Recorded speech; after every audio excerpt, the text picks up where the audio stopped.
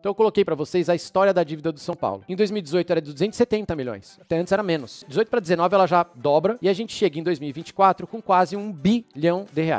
De 18 para 24 tem inflação, tudo, mas não uma inflação que justifique quase 5 vezes mais de dívida, certo? Não foi isso que justificou a gente chegar a 1 bilhão. O que os caras fazem de um ano para o outro? Eles fazem uma previsão. Eles abrem o terceiro olho, pegam uma bola de cristal e eles têm que prever quanto eles vão gastar e quanto eles vão faturar. É uma previsão, eles chutam, eles baseiam em algumas coisas, mas você vê que a do futebol e essa do São Paulo foi assim, extremamente mal feita. Mal feita a ponto de que se fosse uma empresa, tava todo mundo na rua. Como não é, como é todo mundo vitalício e vai ficando, como é no clube de futebol. Mas se fosse uma empresa, era rua.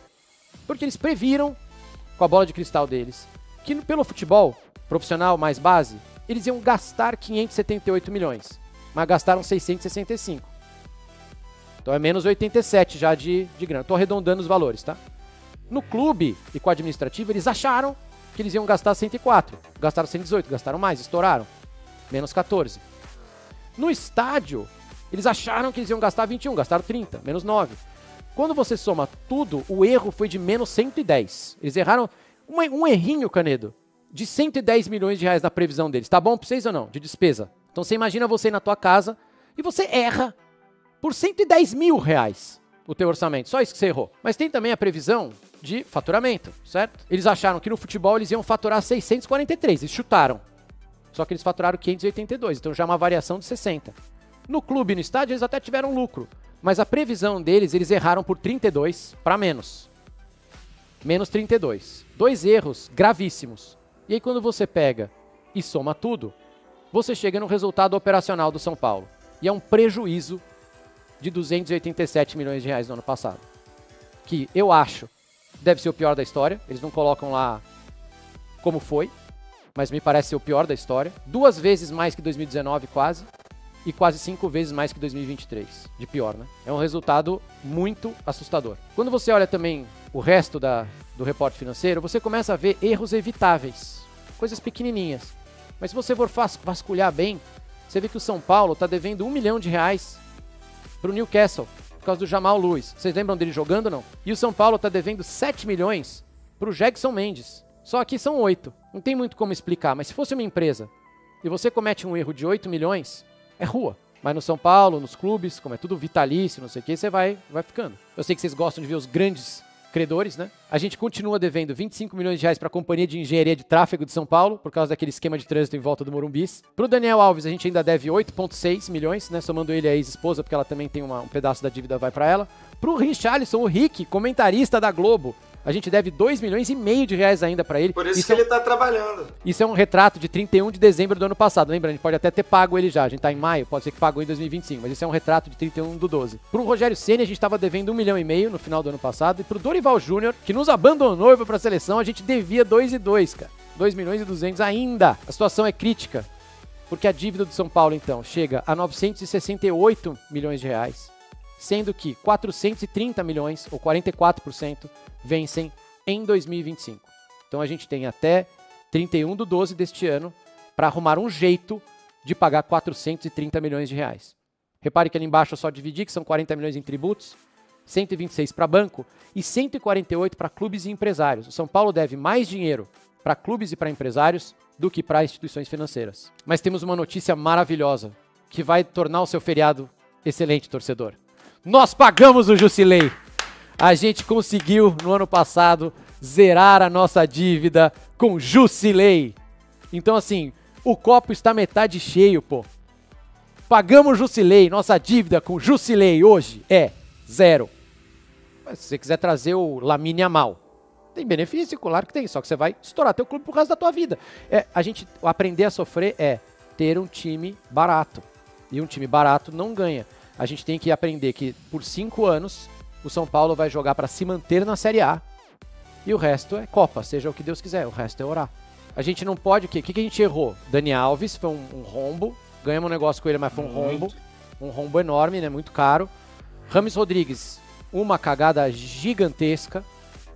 O pessoal do chat vai lembrar até de mais gente, mas é mesmo o salário dos atuais. Talvez o que eu estou dizendo é que a gente não tenha condição de ter no mesmo time Caleri, Lucas, Oscar, Arboleda, Luiz Gustavo, quem mais?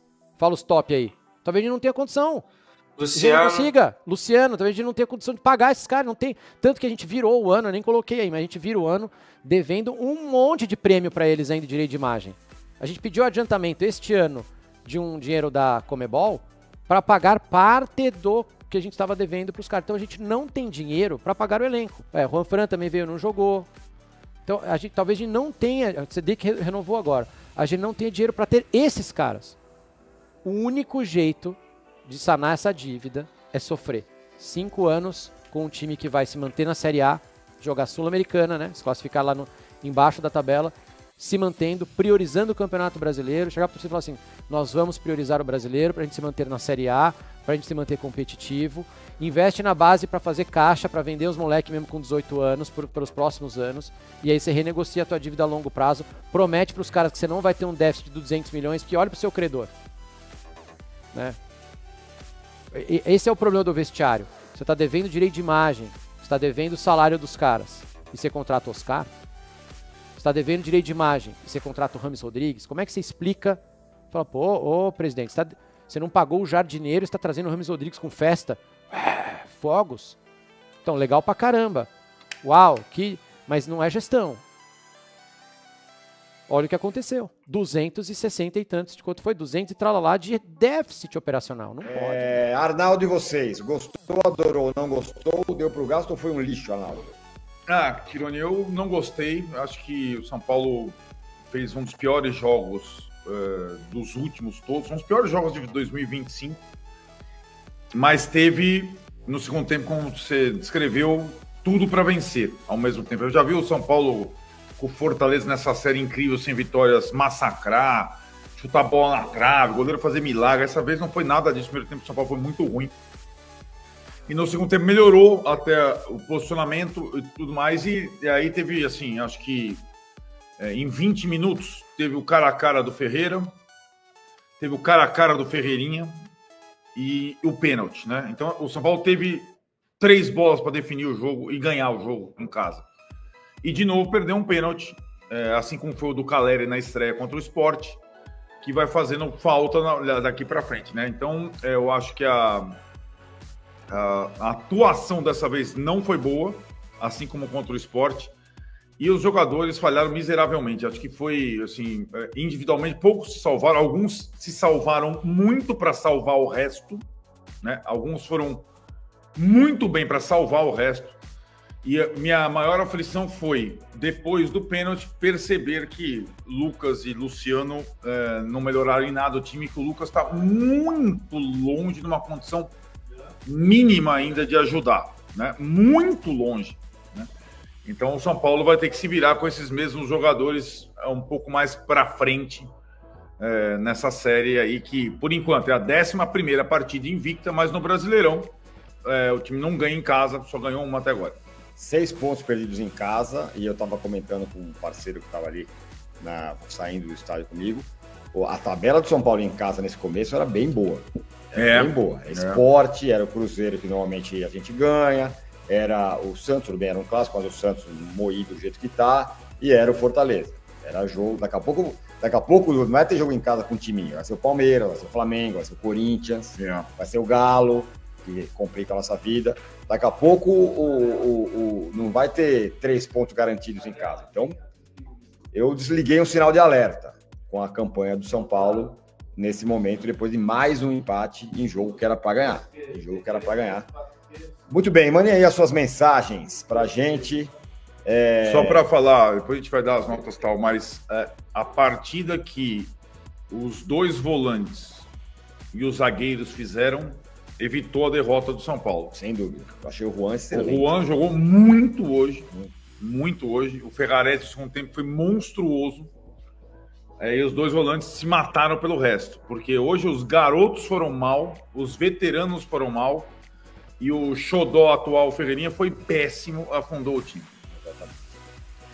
Muito bem. Vamos ficar de olho aqui na coletiva do Zubeldia. E é aquilo, né, Tironi? Com um time com limites claros, os detalhes, a jogada de bola parada, o pênalti nem preciso falar. O São Paulo precisa dessas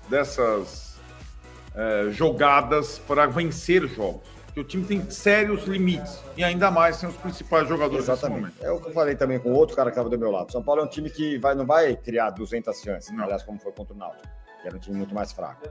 As chances que tem, meu amigo, tem que fazer, tem que ganhar o jogo com as chances que tem. Não dá. São Paulo não tem o direito, não tem o direito de perder gol, como o Flamengo, perde 200 gols. Mas só que aí faz, porque tem jogador, tem Pedro, tem não sei o quê. São Paulo não tem. Enfim. Vamos lá, mandem aí as suas mensagens. Galera mandando mensagem aqui, vamos começar. Cleberton Feitosa, vocês não acham que é economia de palito não ter setor de psicologia no São Paulo, principalmente nos tempos de hoje? Eu acho. Muito. Será que não haveria ganho técnico? Vídeo caso Alisson, agora o Luan e o próprio Caleri. Com certeza, Cleberton. Sem dúvida. Não é que vai gastar o salário do Luciano, por exemplo. Não, é muito mais barato. Felipe Sartin, ridículo marcar um pênalti desse. Mas foi pênalti, não foi? Não, foi pênalti, claro, né? Mais ridícula foi a cobrança. São Paulo destruído fisicamente. E o banco do Fortaleza é muito superior.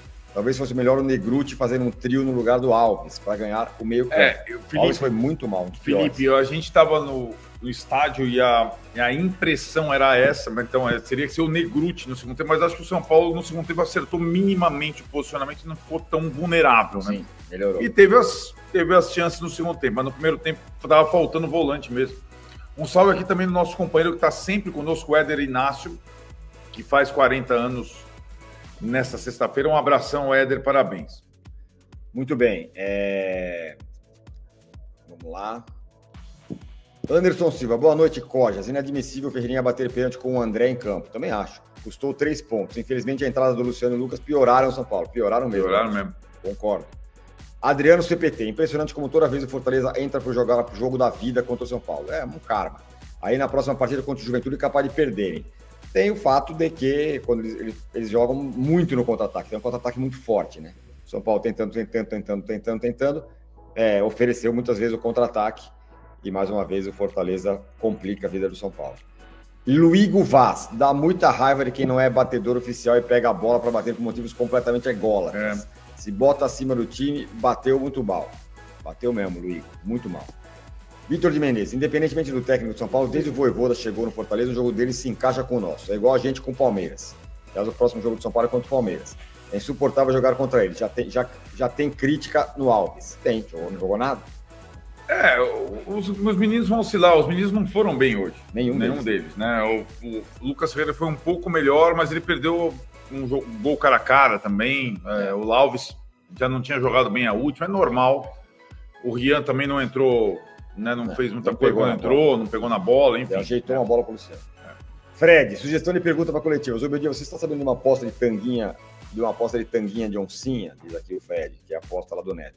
Reserved 86. Avisem o Mauro que o Benfica do Jorge Jesus perdeu a Copa do Eusébio para o São Paulo em Portugal. Jorge Jesus é mediano, não adianta ele fazer lobby. Pô, mas você acha que ele faz lobby porque você acha que ele vai ganhar alguma coisa com o Jorge Jesus sendo técnico da seleção? Tem uma coisa aqui, até o nosso companheiro Luca Bob falando, todo mundo o André Silva era o óbvio batedor, né? E eu também achava. Mas uma coisa, porque ele bateu bonitão, com paradinha na gaveta contra a Portuguesa, no Pacaembu, pelo Paulista. Mas a gente tem que lembrar o seguinte, né? O André Silva jogou e foi importante no jogo contra o Botafogo, cruzou na cabeça do Caleri. O São Paulo fez o gol e foi para os pênaltis. O São Paulo bateu 6 pênaltis e ele não bateu. Sim. Então, eu não sei exatamente se é um batedor, né? Agora, eu sei que tem que ter um batedor. Eu sei que os principais batedores todos estavam ausentes no jogo de hoje. O Lucas, o Caleri que está machucado, o Oscar, o Luciano. Mas tem que ter um batedor, o Ferreirinha não pode ser, porque, na verdade, além de tudo, ele perdeu o lance que originou o pênalti clamorosamente antes de sofrer o pênalti. O Caleri é um batedor, mas também bate mal. Aliás, você fala, quem é o batedor só que bate bem? É o Reinaldo, que jogava lá. Não tem mais. Não tem mais. Não tem um cara que fala que esse cara, esse aqui vai pegar e vai pôr lá dentro. Não tem. Nenhum. Não tem. Ivan Luiz, Ferreirinha fez 5 gols no ano e está achando que já é o Messi. Dá sempre um drible a mais e o pênalti batido foi um tapa na cara do São Paulino. Pra ficar com raiva mesmo. Sérgio, só eu estou muito preocupado e rezando pelo Alisson. Ele precisa que todos aqui façam uma vaquinha para comprar e lhe enviar uma caixa de Tadala. Diz o Sérgio. Tá jogando todo. Daqui a pouco ele vai ter que descansar. Se matou, jogou bem hoje. Jogou. Alessandro Silva, Ferrarese e Bobadilha bem. E por favor, Luciano na meia nunca mais. Ele destrói o time. Ferreirinha nunca bateu o pênalti. Por que não foi o André Silva? Pois é, acabamos de falar aqui. Não sei se ele entraria no quê? No lugar do André hoje, o Luciano? Não, o André tá jogando bem, né? Deu tapa, o André tá jogando muito mais que o Luciano. Né?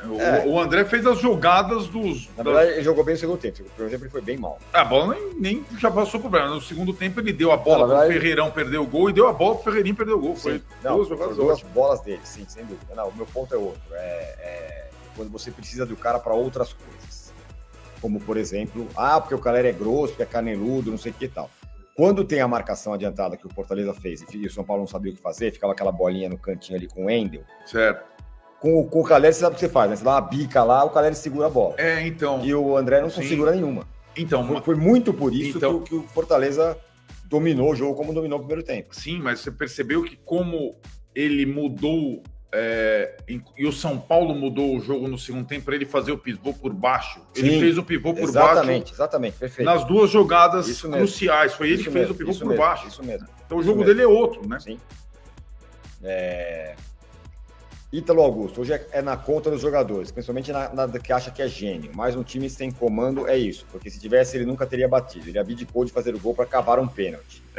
Vamos até a grande expectativa da coletiva do Zubeldia sobre essa questão de... Olha lá, tá falando. O Alan Franco, né, jogou, não teve nenhum problema em relação à sua contusão. A gente já tinha confirmado aqui no nosso canal que ele tinha treinado normalmente na quinta-feira, né, antes do jogo. A expectativa, até me surpreendi com a escalação do Alan Franco, né? Eu tenho brincado com vocês que tá difícil, né? As informações que a gente tem batido lá na Barra Funda, e não só eu, acho que todos os setoristas do São Paulo, a gente não tem acertado muito a escalação, não.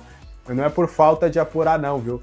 É muito mesmo porque às vezes o meu dia ele acaba mudando algumas situações ali na hora, né? Por mais que ele tenha um sistema de jogo e às vezes ele testa, por exemplo, um time, só que chega na hora ele fala que outros jogadores que vão jogar, e aí é natural. Por exemplo, contra o Ceará, o Negrucci e o Rodriguinho chegaram a treinar bastante no time titular, mas no fim das contas ele optou por colocar Alisson e Ferreirinha, que fariam a mesma função, então não havia uma necessidade muito grande de todos ali treinarem juntos.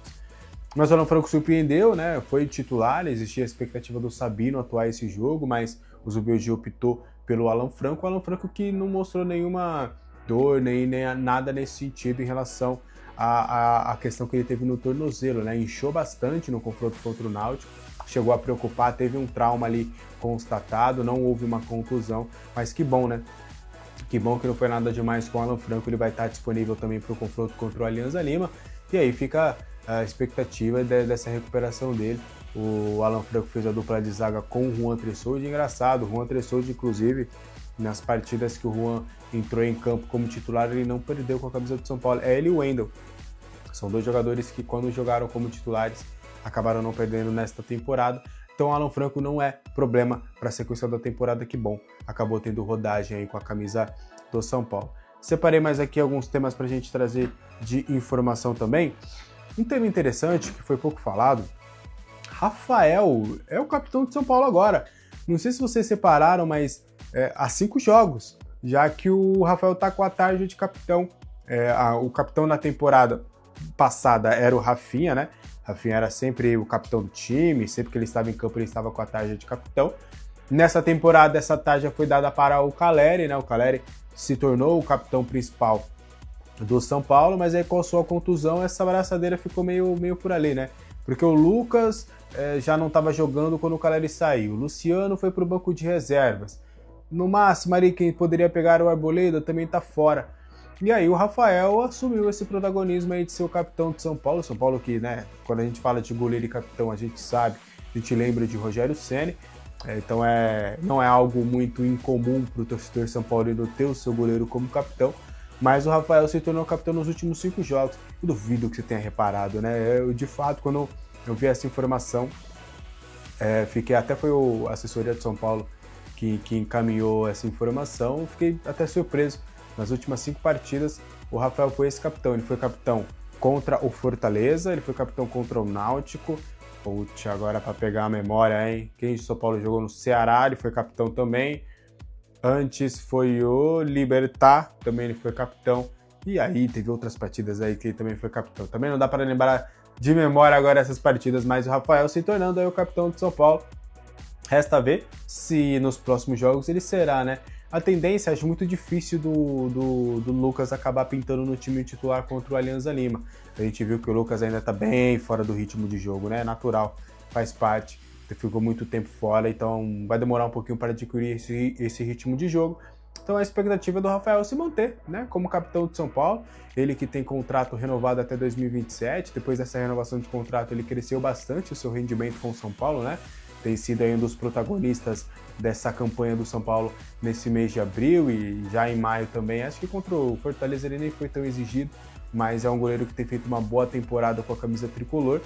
Contrato renovado, fica, sempre quis ficar, é uma das lideranças também mais silenciosas do São Paulo, não é aquela liderança que vai dar bronca, que vai xingar, que vai gritar ou que vai ter uma voz muito ativa, mas é aquele cara que é sempre bem ouvido, o Rafael que chegou no São Paulo em 2023 e aí agora tem a oportunidade de ser o capitão do São Paulo nas próximas partidas. O que você tem achado aí do Rafael, capitão tricolor? Mais algumas informações? Uma informação interessante. Em relação ao Alisson, né? Será que ele está sentindo essa sequência de jogos? Ele foi pro 13º jogo consecutivo com a camisa do São Paulo, né? O Alisson que tem sido importante para o São Paulo já há muitas temporadas, é um jogador que tem sido impactante dentro do plantel, desde que o Dorival Júnior, lá em 2023, colocou o Alisson para jogar nessa função, ele tem sido importante. Eu até separei aqui, foi o material também que a assessoria do São Paulo enviou em relação ao Alisson. Foi o 13º jogo dele como titular, né? Ele está bem próximo de atingir a sua maior sequência pelo clube. Tanto em 2023 quanto em 2024, ele chegou a emendar 14 partidas consecutivas como titular. Então, se o Alisson entrar em campo contra o Alianza Lima, ele vai bater essa marca. E para vocês verem que não é algo exclusivo do Zubeldia. A gente está falando de 2023, no período com o Dorival Júnior. Em 2024, também um período, né? Pegou meio aqui Carpini, pegou meio Zubeldia também. E aí agora novamente. Então, é o 3º ano seguido que o Alisson faz jogos em sequência. O que mostra que o jogador, além da confiança das comissões técnicas do São Paulo, ele é um jogador privilegiado fisicamente. Ele tem aguentado, ele não está indo para o sacrifício, ele não está forçando a barra. Óbvio, tem sido feita toda uma preparação em relação ao Alisson, né? Tem feito os exames, tem a fisiologia que está sempre acompanhando essa situação. Olha, esse jogador vai estourar, é melhor tirar. Como aconteceu, por exemplo, com o Ferreirinha. Eu já tinha avisado para vocês que o Ferreirinha não terminaria essa partida, que ele precisaria ser substituído. Até falei que existia bem a possibilidade, inclusive, da substituição ser o próprio Lucas entrando. Porque o Zubeldia, ele tá apavorado com essa questão de desfalques, de contusão. Então ele tem feito um contato meio que diário com esse departamento médico, com a fisiologia, para entender quantos minutos esse jogador aguenta, o que dá para se fazer com ele, como é que tá a situação desse. Então o Alisson ele só está jogando dessa maneira consecutiva porque tem tido o aval médico, tem tido o aval clínico. Então tem feito toda essa preparação e, repito, ele é um jogador que tem sido muito privilegiado fisicamente, então ele pode emendar a sua sequência. Ele deve, né, chegar contra o Alianza Lima em 14 jogos seguidos. Nesse Campeonato Brasileiro, inclusive, o Alisson é o único jogador de linha a iniciar todos os jogos com a camisa do São Paulo. Vamos ver se ele mantém essa cena aí. Mas, tecnicamente, o Alisson vem mal nos últimos jogos, né? Acho que não sei até que ponto é essa sequência. Aí a gente entra muito nessa questão de falácia, de rumor. Aí eu não gosto muito disso, não é um fato. O Alisson pode estar mal por coincidência e estar jogando vários jogos consecutivos. Acho que falar que nitidamente ele caiu por conta dessa sequência de jogos, acho que é achismo. E eu não gosto de trabalhar com isso. Então, mas é fato que durante essa sequência a queda técnica dele é real, mas isso não é uma coisa que justifica a outra. Tecnicamente o Alisson tá mal, mas acho que com o tempo, acho que o Alisson vai conseguir o seu melhor desempenho, até acho que ele se dá melhor até com o Marcos Antônio. O Bobadilla não foi tão bem na partida contra o Fortaleza. Acho que também não foi dos piores, mas acho que não foi ali tão bem assim. Acho que principalmente no primeiro tempo, no segundo ele houve uma crescida, mas também, como eu falei, né, no segundo tempo o São Paulo acabou perdendo no meio campo e aí ficou mais difícil pro Paraguai, mas o Alisson aí fazendo uma sequência de jogos interessante com a camisa tricolor. Pra gente continuar, o goleiro Young, Forever Young, voltou. Não sei se vocês repararam também, o Young estava no banco de reservas, rapaz, camisa número 50. O Young, vocês vão lembrar, lá na FC Series, ainda lá nos Estados Unidos, ele teve uma fratura no pé, em um dos treinamentos, aí, acho que até foi o treinamento que antecedeu o jogo contra o Flamengo. O São Paulo estreou contra o Cruzeiro, né? E aí o Flamengo foi o segundo, então foi contra o Flamengo. Antecedeu ali o confronto contra o Flamengo, no dia anterior ele acabou tendo essa fratura no pé. E aí ele já vinha treinando há pelo menos acho que umas 3 semanas, acho que a gente até conversou aqui no canal sobre isso, que o Young estava treinando normalmente, né, com os demais companheiros, tinha demorado até para treinar com os demais companheiros, então querendo ou não é menos um no DM, olha aí. O goleiro Young tem mais de 2 metros de altura, tem contrato até 2026 com o São Paulo, então vai permanecer aí no clube por um bom tempo. Então o Young se tornando aí mais uma opção. Até no banco, ele estava no banco de reservas, tá? No jogo contra o Fortaleza, até o Zubeldia optou por levar mais um goleiro do que relacionar outro atleta, né? Talvez quem tinha que poderia ter sido utilizado era o Luan, mas o Zubeldia prefere esperar um pouco mais algumas sessões de treinamentos do Luan para contar com ele.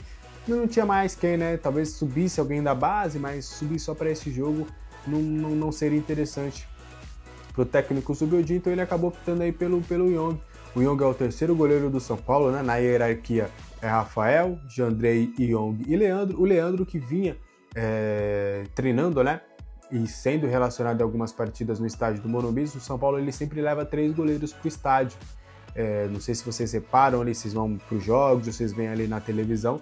No aquecimento dos goleiros são sempre 3 goleiros treinando, mesmo que o terceiro goleiro seja cortado depois, eles sempre fazem ali esse trabalho. E aí o Leandro vinha sendo esse goleiro, né? Vinha fazendo esse trabalho, mas agora com o retorno do Young, o Young tem feito esses trabalhos e a tendência, né?